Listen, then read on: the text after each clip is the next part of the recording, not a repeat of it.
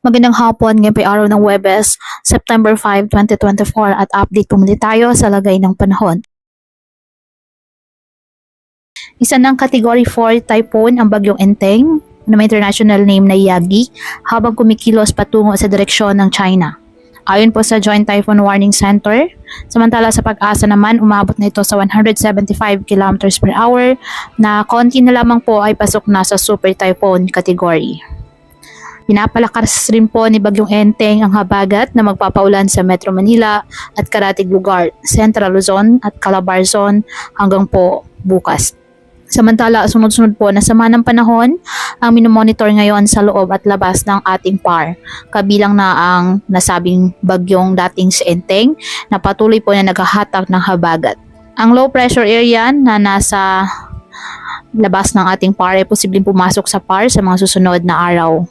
Posible itong mahigop ng cloud cluster na posibleng maging ganap na bagyo at palakasin rin ang habagat sa susunod na linggo.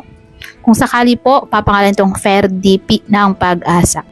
Kaya patuloy po na pinapayuhan ng ating mga kababayan na magantaway po sa nating weather updates at sa updates ng Pag-asa hinggil sa lagay ng panahon. Kaya patuloy po natin na pinag-iingat ang ating mga kababayan sa banta po ng mga pagbaha at pagguho ng lupa, lalo na kapag may malalakas na ulan, at ugaliin po na magdala palagi ng payong o kahit anumang panangga sa ulan sa tuwing lalabas ng ating mga tahanan.